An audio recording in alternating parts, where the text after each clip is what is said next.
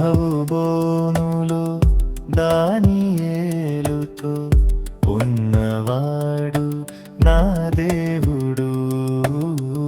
సింహపు బోనులో దానియేలుతో ఉన్నవాడు నా దేవుడు.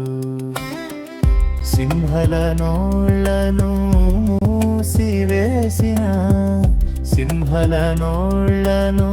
మూసివేసిన సర్వాధికారైన నా దేవుడు.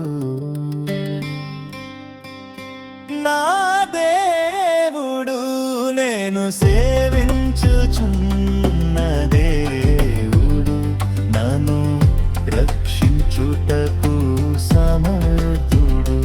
నేను సేవించుచున్న దేవుడు, నన్ను రక్షించుటకు సమర్థుడు. నా